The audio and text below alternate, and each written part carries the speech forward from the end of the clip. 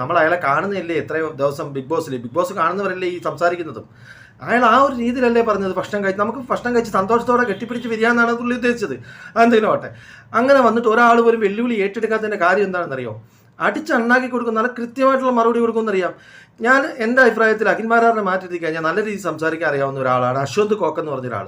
പുള്ളി പല ചാനലുകളും ഈ പറഞ്ഞ ആശ്മി ഉൾപ്പെടെ ഉള്ളവരെ നല്ല രീതിയിൽ പണി കൊടുത്ത് വിട്ടിട്ട് നമ്മൾ കണ്ടതാണ്. പക്ഷേ അഖിൽമാരാറ് പുള്ളിയെ വെല്ലുവിളിച്ചിട്ട് പുള്ളി പലയിടത്തും ഡിബേറ്റിന് പോയിട്ടുണ്ട്, ഈ പറഞ്ഞ അശ്വന്ത് കോക്കിന്.